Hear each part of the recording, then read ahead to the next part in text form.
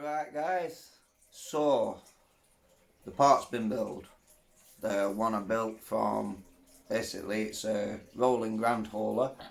I replaced everything when I built the ground hauler and turned that into the stretch custom Kenworth W900 that I'm currently building at the moment. So I was left with another chassis, loads of spare parts, so why not build another truck with it? And after asking plenty of people, the tri-drive came up as a great solution to build on the chassis. So we're going to go with the Peterbilt Tri-drive, and it's simple, and it's probably the most simplest way of making a tri-drive, or should I say it's the most cost-effective way. The proper way of doing it, I'd say use like a trailer suspension set up off a reefer, even a Hercules hobby, but that's going to set you back quite a lot of money for a trailer just to take the suspension unit off, or even if you was to buy that suspension set individually, it's going to cost a lot of money. But this, it's just a case of a few nuts and bolts, some lower arms. Obviously you are going to need an extra complete double drive axle, because this is going to be a driven, we're not having a tag or just a free rolling axle, and obviously another pair of dual wheels. There are some suspension bits you need. You can purchase these Chinesium suspension kits here, and they come with a few nuts, set screws, and your rear suspension stay mounts which bolt onto the axle to hold the parts in place. So I have actually already gone ahead and put the rear, these that hold the suspension together, and put them into place. So I'll go through the dimensions on where to make your drill on those, but first of all I thought we'd just go through the parts we have here in the little tray, and then you know what you're looking for. So you need 4 of these, which I believe are on parts F, on the F parts tree. And then you're going to need the larger step screws, they're 3x14s, and then you're going to need 6 of the smaller step screws. There's 2 there, but I do have 4 more in the Chinesium suspension bag, and those are the 3x18s. You're going to need 6 3mm lock nuts, 4 3mm flange nuts, 2 shock collars, a pair of shocks themselves, 2 3x20mm screws to bolt your shocks up, and the drive axle and the wheels. So it's relatively straightforward. Now the dimensions. The first part is you want to be getting another pair of these rear suspension mounts and getting those in. You can completely leave the rear suspension as it is. There's no need to touch the rear suspension. However, I did take these little plastic caps off the inside, which I will be mounting to the outside. And on the parts trees, you will find like 2mm washers and stuff like that, 3mm washers, just little plastic things.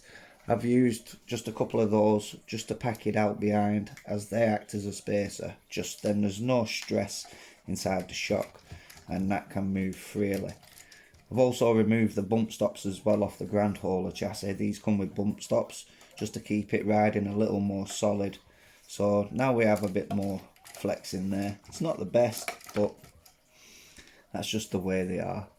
So the easiest way to work where you want to be positioning that is, I'm going to show you in centimeters, and from the eye of the screw of the like inside, from the center of that screw, and then that would be the center of your first screw for that bracket. So 6.8 centimeters. And then all you would do is, you already have your template to mark up the next one, but the first 2 is 6.8 centimeters. Then you're going to want to drill for your shock absorber, which is exactly the same distance from the first eye of the screw on your first bracket to the eye on the shock. So going that way around, we have 6.1 centimeters eye to eye from the shock to the suspension mount, and from that hole that I've drilled we have 6.1 eye to eye. So between the suspension brackets it's 6.8, and from suspension bracket to the shock is 6.1 centimeters. So here I have my double drive axle, and I already have the suspension stays mounted on there, and you're going to be wanting a pair of those and a pair of those. Now I've already set my axle up the correct way around, and that where the shock goes is just an indicator also to the front. Now the easy way to figure this out is rotate your truck forwards, and my prop shaft turns that way when I drive those wheels forward. So you want your inside of the prop to also be going the same direction as this one when moving forward. If it's going that way, you're going to bind up and your truck is not going to move. If that's the case, then the chances you have if we do it this way, there we go, it's going backwards. The chances you have your axle upside down. The wrong way, turn it around the correct way. So that hole's reserved for the shocks, and these four light suspension arms which sit under your double suspension here, we're just going to be using those. So I'm going to bolt these up now to where they need to go. One in there, one on the top, same either side. Now when you're mounting into the stays, this is where you need the smaller step screw over the larger step screw,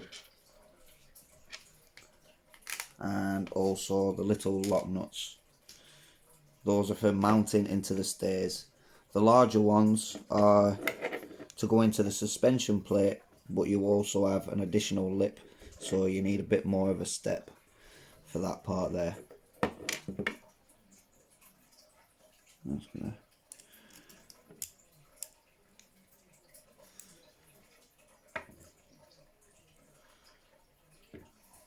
Now for the next,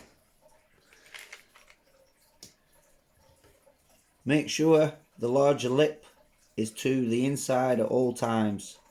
So that would be for there.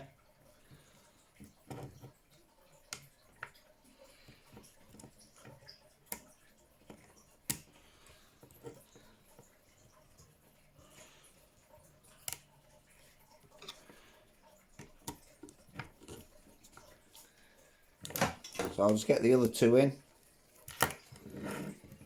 And for this, I'm just going to have to use the step screws out of one of these little suspension sets. Like I say, you get all the hangers and everything required in those.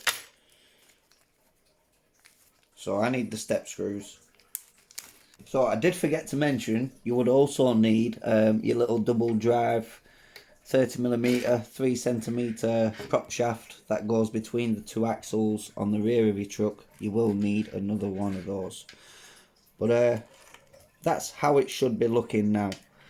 You got the four arms using the lower suspension stay, one into the top, and same on the other side, keeping that wider lip to the inside. Now when it comes to connecting it, your lower arm is gonna bolt into your lower hole, and your suspension arm on the top is going to come along, and that's going to sit in the center hole. So it'll be hanging kind of like so, and then you would need to bolt your shocks back up. Now the larger step screws, and your 4 flange nuts, which will lock them on the back. So taking the arms we've put on, the lower one goes to like the inside on the suspension mount there, and the top one into the hole in the middle up there on its own.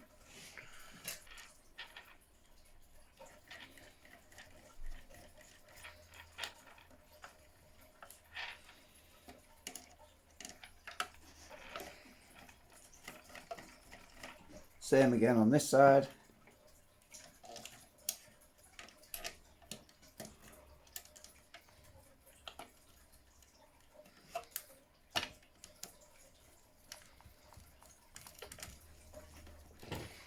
So that's the third axle pretty much in. Next you need your little suspension cover, the actual collar that goes in the top of your shock. That'll go in backwards. And your M3 20mm nut screw, sorry.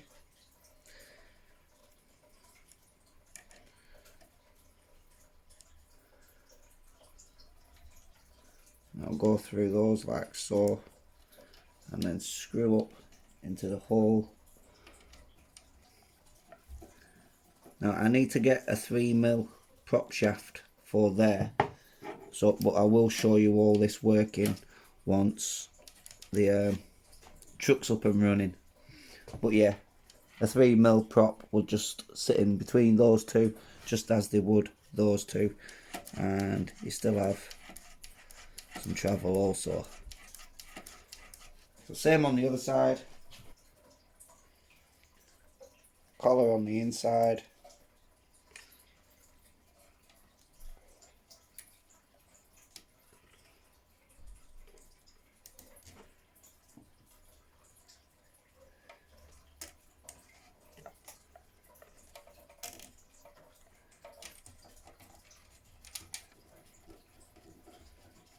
Add your wheel hexes, and add the wheels.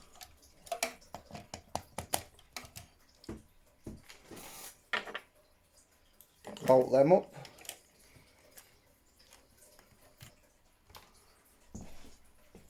So just like we have here, prop to prop, the exact same prop will just go in there, and then that'll just be prop to prop. And if you're doing this on a grand hauler, this was done on a grand hauler, the distance between, well, the prop size you need is a 14cm. I'd actually tried my king hauler one, but that's 15cm and it's just a little bit too long to go in there. So I am going to need a 14cm prop. But if you are working on a grand hauler, 14cm the distance there. And as I said, that's just the same as that.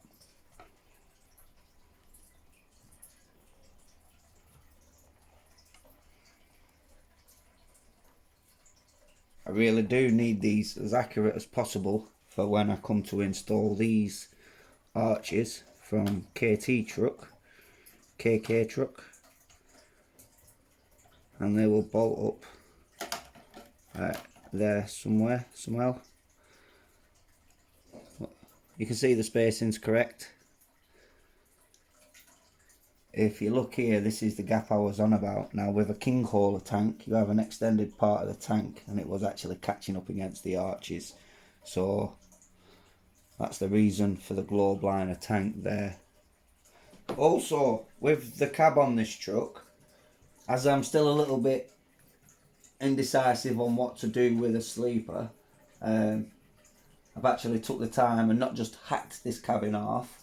However, I have gone through the edge just ever so gently, just taking my time with my scriber, and I've just scribed the cab apart. And if I stretch it there, you can just see where it's been broke apart. That way, if I decide to keep this sleeper or do something with this sleeper, I can get it all to tuck back up nice. And should I wish to do away with the sleeper and just have it as a day cab, all I'll have to do then is just trim the lip off the back and fill the back in as I did with Rusty. But I might even use Rusty's coffin yet, because I do like the King Hauler that I have here as a day cab. But I don't know, I think this on the tri-axle and put the coffin up on the back of there. The options are endless really, aren't they? So yeah, I took that route. I will be swapping the steps for Rusty's steps, just because I'm going to be stripping the chrome and colour coding these tanks and steps to the cab and the truck. Same with the wheels. So I thought I may as well take the old worn stuff off Rusty, what the chrome's already faded on and everything, and strip that, and then just refresh Rusty with the new clean steps and whatever other bits that I decide to use, like wheels, stuff like that, and give Rusty a bit of a refresh. He'll still be a working truck, still out in the woods. Also, I don't know if you can see here, but I have the cab will sit more flush with the sleeper, whereas normally they don't. And by cutting the sleeper and the cab and separating the two, the little brackets that you have on the side here, they normally sit, well, the cab side sits with the lip down and the mounting holes down like so. All I've done there is flip them over, so now the mounting holes are a little bit higher, maybe a centimetre higher. You know, it was like there somewhere, but all it's done is raise the cab, and I don't know, personally I like it, especially for a heavy hauler. I think it looks alright.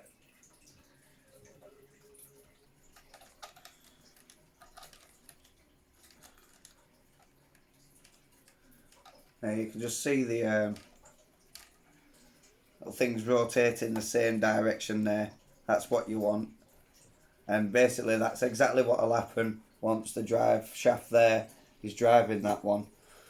Or should I say vice versa, your motor will rotate that one first, and then that one will drive that one, and that one drive that one. So I will get a prop shaft and then I can show you this working. So yeah, I'll keep you guys updated on the progress with this build as this one's moving along. Still some bits of prep work and bits to do on this one. Not much. And I need to get the air suspension in there. And then it's mainly paint. So, but yeah, that's basically how to make a tri-drive. And next time I should have a prop shaft and I can actually show you the whole thing working mechanically together. So I do thank you all for watching. Don't forget to like the video, subscribe if you're not already subscribed. Feel free to leave a comment, and I shall catch you all in the next one. Ciao for now, guys.